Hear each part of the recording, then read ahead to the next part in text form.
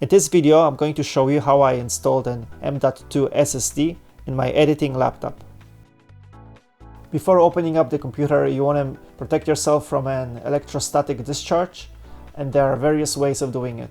For example, you can use an anti-static wristband, or you can do what I did, which was I plugged my laptop into a power bar, which was grounded. But then while working on the computer, you have to make sure you never power on the power bar. There are 9 total screws that you have to remove, 4 at the top, bottom, and 1 in the center.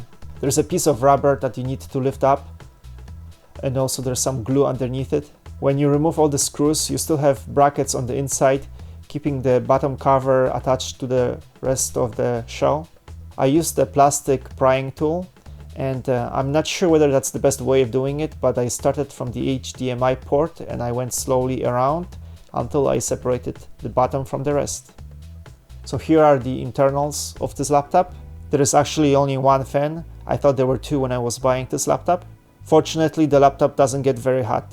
This is where the memory goes. You can put 2 bars, 16 gigabytes each, so you can have total of 32 gigabytes. On the bottom here you can see the battery. It's a small battery, only 48 watt hours. I think that's the weakest point of this laptop. This is the spinning hard drive that the laptop comes with. It's 1 terabyte, 7200 RPMs, so that's pretty good. Still doesn't come close to what you will get with an SSD. Here's the m.2 SSD module. It's a tiny thing. It's pretty amazing that it can fit so much data. Here are all the tools that I used to install this drive. I couldn't find a proper Phillips screwdriver, so I had to use my pocket knife. And I also used this plastic prying tool. So now I'm going to install the SSD. Once you have the laptop open, it's a super fast job. Just make sure that the module slides all the way into the socket and attach this single screw.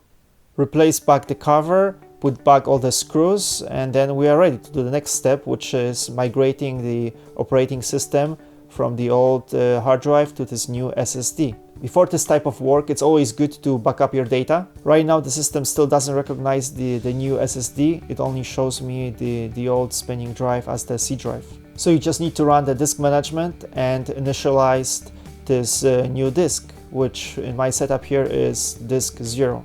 Now Windows recognizes disk 0, which is the SSD. Before copying the C drive, I'm going to run the defragment and optimize tool, so this way the C drive is as compact as it can be. Next thing, I'm going to install the tool that I'm going to use to migrate the OS, and that is the Easy As to do backup, the free version.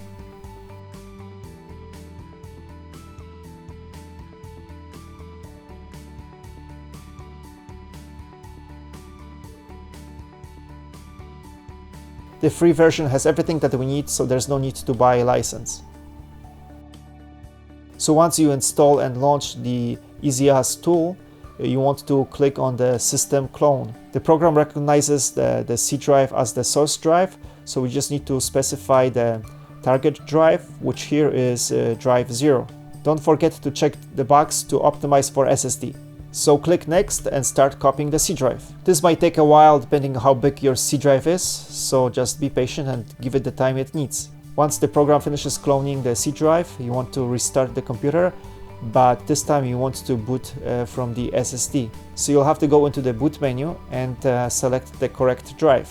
Once in the boot menu, go to the boot priority section and select your SSD as the default drive. Just make sure that your SSD is at the top of the list of bootable drives.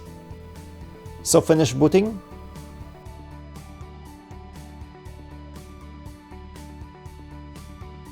Once you get into Windows, go to File Explorer and you should see 2 drives. The C drive should be your SSD and the E drive should be your old, the 1 terabyte spinning drive. As you can see, both drives are marked as operating system drives, so you can still boot from any of the 2 drives.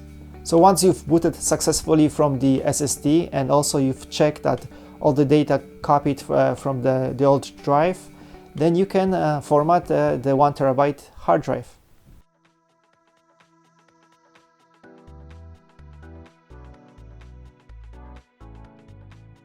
It's a spacious drive that's going to be great for storing videos, photos, music, documents and things like that. Any future programs that you're going to install, they should go on your SSD. But if that drive is as big as mine, then you can of course use it for much more than just Windows and applications. Here you can see how fast the laptop boots up right now. Before it would take more than a minute.